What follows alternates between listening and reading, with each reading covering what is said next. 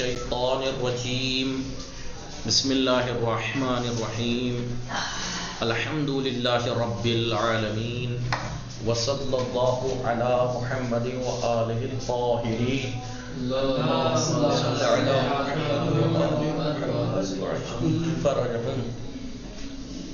سبق نمبر 7 آج شروع ہوگا. سبق نمبر 6 اور 5 مولا امام حسین علیہ السلام کی زندگانی کے بارے میں تھا، اور چھٹے درس میں آپ کی جو نہضت، آپ کا جو انقلاب تھا کربلا والا، اس کے علل اور اسباب بیان کیے، کیا علتیں تھیں، کیا سبب تھا اور کیا نتیجہ نکلا. ٹھیک ہے، اس کے بارے میں بتایا. 7واں سبق ہے آج امام زین العابدین علیہ السلام، ان کی زندگی کے بارے میں. ٹھیک ہے، کلثوم فاطمہ امام زین العابدین علیہ السلام کی سوانح عمری.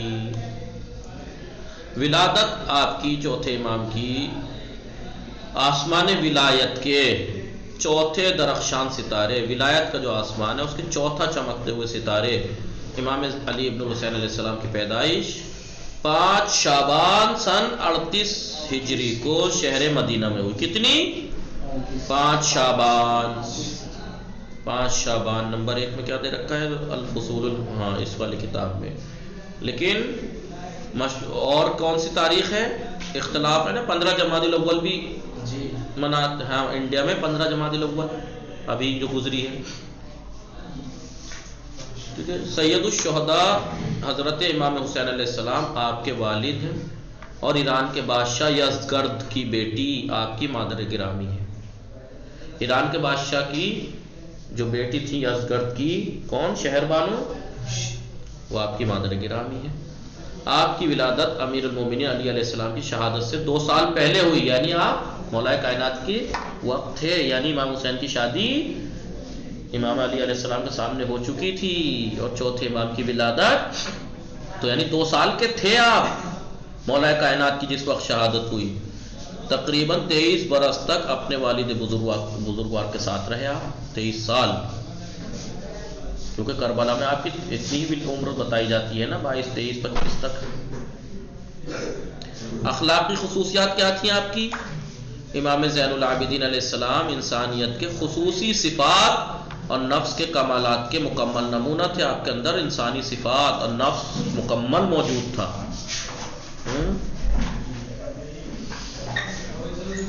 مکارم اخلاق اور ستم رسیدہ، مکارم اخلاق یعنی اچھے اخلاق اور ستم رسیدہ، جو مظلوم لوگ ہوتے تھے اور فقیر ہوتے تھے، غریب ہوتے تھے، ان کی دستگیری میں، ان کا سرپرستی کرنے میں آپ کے مرتبے کا کوئی نہیں تھا. یعنی آپ جتنے مظلوم ہوتے تھے ان کی دستگیری کرتے تھے، یعنی ان کا سرپرستی کرتے تھے، ان کا ساتھ دیتے تھے. غریبوں کو آپ نے پڑھائی ہے، سنا ہے کہ آپ غلاموں کو خریدا کرتے تھے، خرید کے انہیں کیا کرتے تھے؟ ایسے نہیں آزاد کر دیتے تھے، پہلے اسے اپنے پاس رکھ کے اسے کام نوام نہیں لیتے تھے، سکھاتے تھے، پڑھاتے تھے، تعلیمات دیتے تھے، پھر اس کے بعد آزاد کرتے تھے، آزاد کر دیتے تھے پڑھا لکھا بنا کے. اب میں آپ کے اخلاق و عادات کا تذکرہ کر رہا ہوں. آپ سے متعلق افراد میں سے، یعنی چوتھے امام سے جو متعلق افراد ہیں، ان میں سے ایک شخص نے کیا کیا؟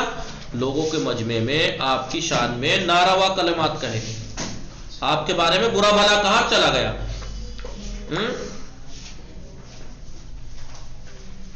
آپ کے متعلق یعنی آپ کے بارے میں نہیں، آپ سے متعلق افراد نہیں، آپ کے متعلق یعنی آپ کے بارے میں افراد میں سے ایک شخص نے، کچھ لوگوں میں سے ایک شخص نے کیا کیا؟ لوگوں کے مجمع میں آپ کی شان میں ناروا نامناسب کلمات کہے، برا بھلا کہا اور چلا گیا. امام چند لوگوں کے ساتھ اس کے گھر گئے اور فرمایا تم لوگ ہمارے ساتھ چلو تاکہ ہمارا بھی جواب سن لو. اب چلو بھائی. راستے میں آپ مندرجہ ذیل آیت، یہ والی آیت پڑھتے ہوئے چلے جس میں کچھ مومنین کے اوصاف عالی کا تذکرہ. اس آیت میں مومنین کے عالی برتر صفتوں کا تذکرہ ہوا ہے، وہ پڑھتے جاتے تھے راستے میں آپ. بسم اللہ الرحمن الرحیم، والکاظمین الغیظ والعافین عن الناس واللہ یحب المحسنین. یہ والی آیت پڑھتے جا رہے تھے. کیا؟ وہ لوگ جو مومن ہیں وہ کاظمین الغیظ، غصے کو پی جاتے ہیں، والعافین عن الناس، لوگوں کو معاف کرتے ہیں، واللہ یحب المحسنین، اور اللہ احسان کرنے والوں کو دوست رکھتا ہے، انہیں چاہتا ہے۔ وہ لوگ جو اپنا غصہ پی کر لوگوں سے درگزر کرتے ہیں انہیں معاف کرتے ہیں، اور خدا نیکوکاروں کو دوست رکھتا ہے۔ جب اس آدمی کے گھر کے دروازے پر پہنچے، یعنی یہی آیت پڑھتے ہوئے جا رہے تھے آپ، جب آپ اس آدمی کے گھر پر پہنچے اور امام نے اس کو آواز دی تو وہ اس گمان میں اپنے کو لڑنے کے لیے تیار کر کے باہر نکلا۔ وہ یہ سوچ کے نکلا گھر سے لڑنے کے لیے کہ امام گزشتہ باتوں کا بدلہ لینے آئے ہیں، وہ سوچ رہا تھا یہ بدلہ لینے آئے ہیں، ٹھیک ہے ٹھیک ہے۔ امام چند لوگوں کے ساتھ، یعنی وہاں پہ جب اس نے برا بھلا کہا، آپ کو ناروا کلمات کہہ کے چلا گیا، تو امام نے وہاں سے کچھ لوگوں کو لیا کہ چلو میرے ساتھ، آپ اس کے گھر چلو، اس کا تو سن لیا آپ نے، میرا جواب بھی تو سنو، آپ میرے ساتھ چلو۔ یہ آیت پڑھتے جا رہے تھے راستے میں، جب گھر پہنچے تو اس آدمی کو لگا کہ وہ بدلہ لینے آئے ہیں امام، لہذا لڑنے کے لیے تیار کر کے باہر نکلا اپنے آپ کو، کہ یہ سوچ کر کے وہ امام بدلہ لیں گے۔ حضرت سید سجاد نے فرمایا میرے بھائی، تو تھوڑی دیر پہلے میرے پاس آیا تھا اور تو نے کچھ باتیں کہی تھی، جو باتیں تو نے کہی ہیں اگر وہ میرے اندر ہیں تو میں خدا سے بخشش کا طلبگار ہوں، توبہ کروں گا، اور اگر نہیں ہے تو خدا سے میری دعا ہے کہ وہ تجھے معاف کر دے، کیونکہ تو نے جھوٹ بولا۔ امام زین العابدین علیہ السلام کی غیر متوقع نرمی، غیر متوقع جس کی امید ہی نہیں تھی، بھائی اسے تو یہ لگ رہا تھا لڑنے آئے ہیں، اس کی امید تھوڑی تھی کہ اتنے اچھے سے پیش آئیں گے، اس غیر متوقع جس کی کوئی امید بھی نہیں تھی، اس نرمی کو دیکھ کر اس شخص نے کو شرمندہ کر دیا۔ اس نرمی نے، وہ قریب آیا اور امام کی پیشانی کو بوسہ دے کر کہا میں نے جو باتیں کہیں وہ آپ میں نہیں تھیں، اور میں اس بات کا اعتراف کرتا ہوں کہ جو کچھ میں نے کہا تھا میں اس کا زیادہ سزاوار ہوں، جو باتیں میں نے آپ کے بارے میں کہیں وہ میرے بارے میں زیادہ بہتر ہیں، برا بھلا۔ دیکھیے آپ کتنی نرمی سے پیش آئے، ٹھیک ہے۔ آگے آئیے دوسرا واقعہ، زید بن اسامہ حالت احتضار میں بستر پر پڑے ہوئے تھے۔ حالت احتضار یعنی موت کا وقت، جب روح نکلنے کا وقت ہوتا ہے، اس میں اس وقت بستر پر پڑے ہوئے تھے۔ سید سجاد ان کی عیادت کے لیے ان کے سرحانے تشریف لائے، دیکھا کہ زید رو رہے ہیں۔ آپ نے پوچھا آپ کیوں رو رہے ہیں، کیوں رو رہے ہیں آپ؟ انہوں نے کہا 15,000 دینار میرے اوپر قرض ہے، میرے اوپر 15,000 دینار قرض ہے، مقروض ہوں میں، اور میرا مال میرے قرض کے برابر نہیں ہے، کیا کروں؟ امام نے فرمایا مت روئیے، آپ کے قرض کی ادائیگی میرے ذمہ ہے، میں آپ کا قرض ادا کر دوں گا۔ پھر جس طرح آپ نے فرمایا تھا اسی طرح ادا کر بھی دیا ان کے پیسے۔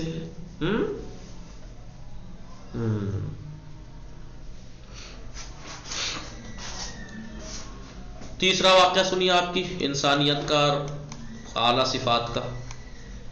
راتوں کو امام زین العابدین علیہ السلام مدینے کے بے سہارا اور ضرورت مندوں میں اس طرح روٹیاں کھانا تقسیم کرتے تھے کہ پہچانے نہ جائیں، اس طریقے سے منہ ڈھک کے راتوں کو جب سب سو جاتے تھے کندھوں پہ لاد لاد کے لے جاتے تھے، اور ان لوگوں کی مالی امداد فرماتے تھے، مدد کرتے تھے پیسے سے، مال سے۔ جب آپ کا انتقال ہو گیا، کسی کو نہیں پتا تھا کون کر کے جاتا ہے سب دروازوں پہ کھانے رکھ کے، جب آپ کا انتقال ہو گیا تب لوگوں کو پتا چلا کہ وہ نامعلوم شخصیت امام زین العابدین علیہ السلام کی تھی، وہ کرتے تھے۔ آپ کی وفات کے بعد یہ معلوم ہوا کہ آپ 100 خاندانوں کا خرچ برداشت کرتے تھے۔ کتنے؟ 100 خاندان۔ اور ان لوگوں کو یہ نہیں معلوم تھا کہ ان سے گھر کا خرچ چلانے والے امام زین، انہیں نہیں پتا تھا کہ ہمارے گھر کا خرچ جو ہے وہ امام زین العابدین اٹھاتے ہیں، لیکن جب آپ کا شہادت ہوئی، انتقال ہوا، تب احساس ہوا۔ چوتھا واقعہ دیکھیے آپ کے فضائل اور کرامت کا۔ امام محمد باقر علیہ السلام فرماتے ہیں آپ کے بیٹے کہ میرے پدر بزرگوار نماز میں اس غلام کی طرح کھڑے ہوتے تھے جو اپنے عظیم بادشاہ کے سامنے اپنے پیروں پر کھڑا رہتا ہے۔ کیسے کھڑا ہوتا ہے غلام بادشاہ کے سامنے؟ خدا کے خوف سے لرزتے رہتے اور ان کا رنگ متغیر ہو جاتا تھا، اور نماز کو اس طرح ادا کرتے تھے جیسے یہ ان کی آخری نماز ہو، ایسے ادا کرتے تھے میرے والد بزرگوار۔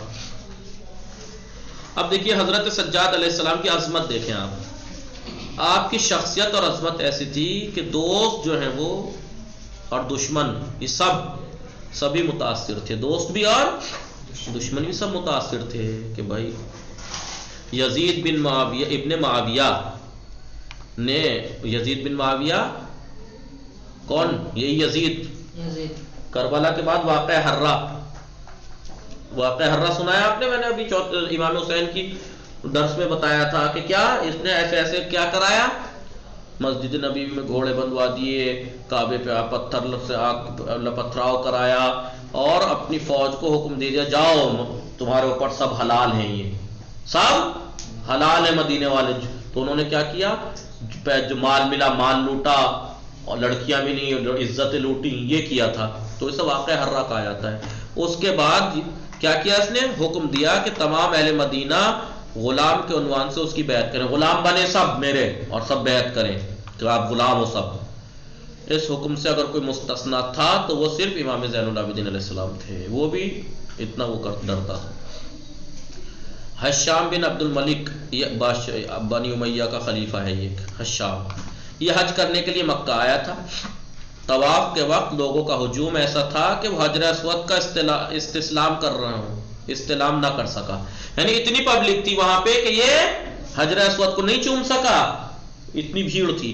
تو اس نے کیا کیا، مجبوراً ایک طرف بیٹھ گیا تاکہ بھیڑ کم ہو جائے۔ کون، حشام بن عبد الملک۔ اسی وقت امام زین العابدین علیہ السلام مسجد الحرام میں داخل ہوئے، اور طواف کرنے کے بعد لوگوں نے امام کے لیے راستہ چھوڑ دیا، راستہ ہی چھوڑ دیا۔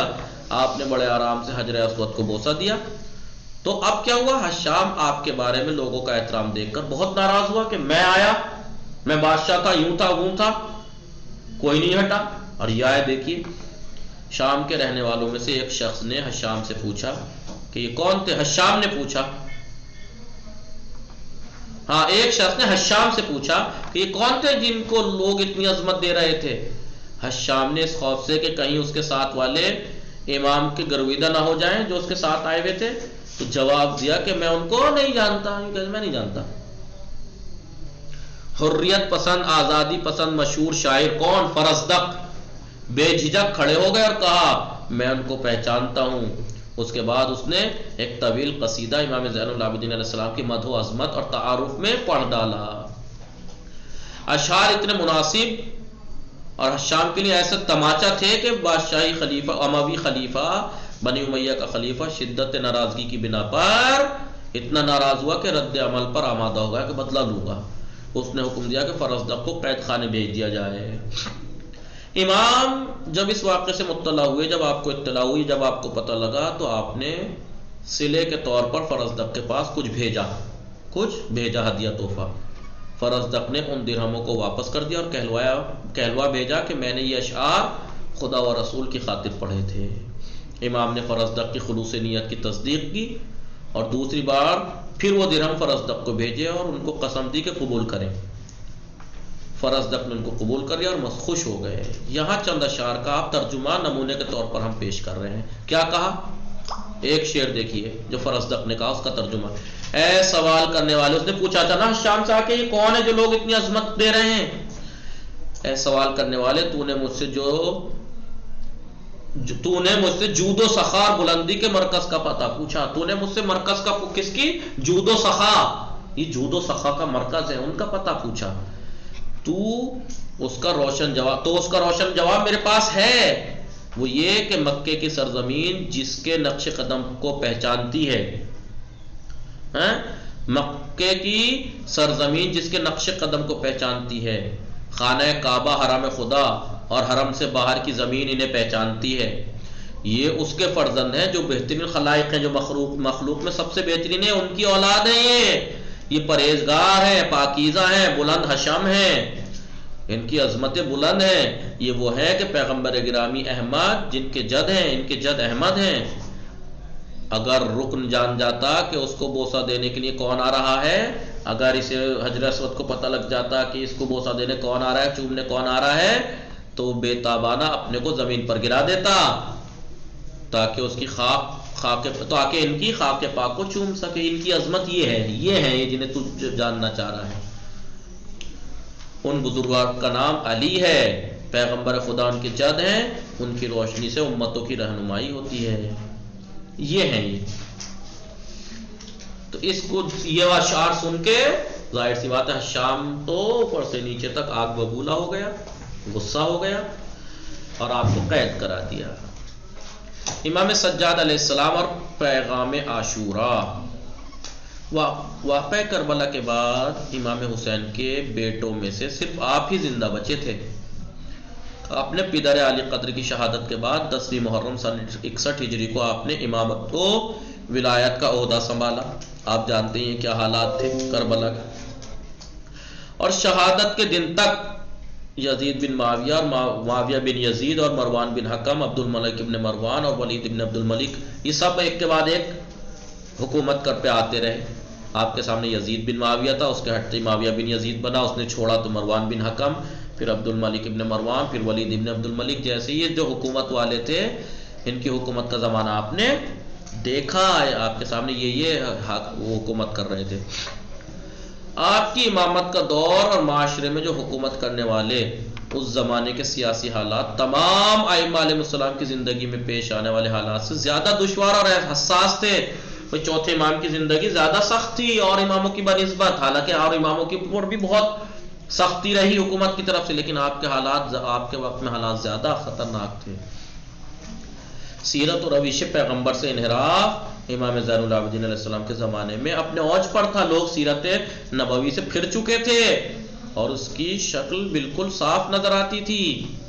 امام زین العابدین علیہ السلام کی رویش ان کی امامت کے زمانے میں 2 حصوں میں تقسیم کیا جا سکتا ہے۔ ایک تو آپ کا اسیری کا زمانہ اور دوسرا اسیری کے بعد مدینے کی زندگی۔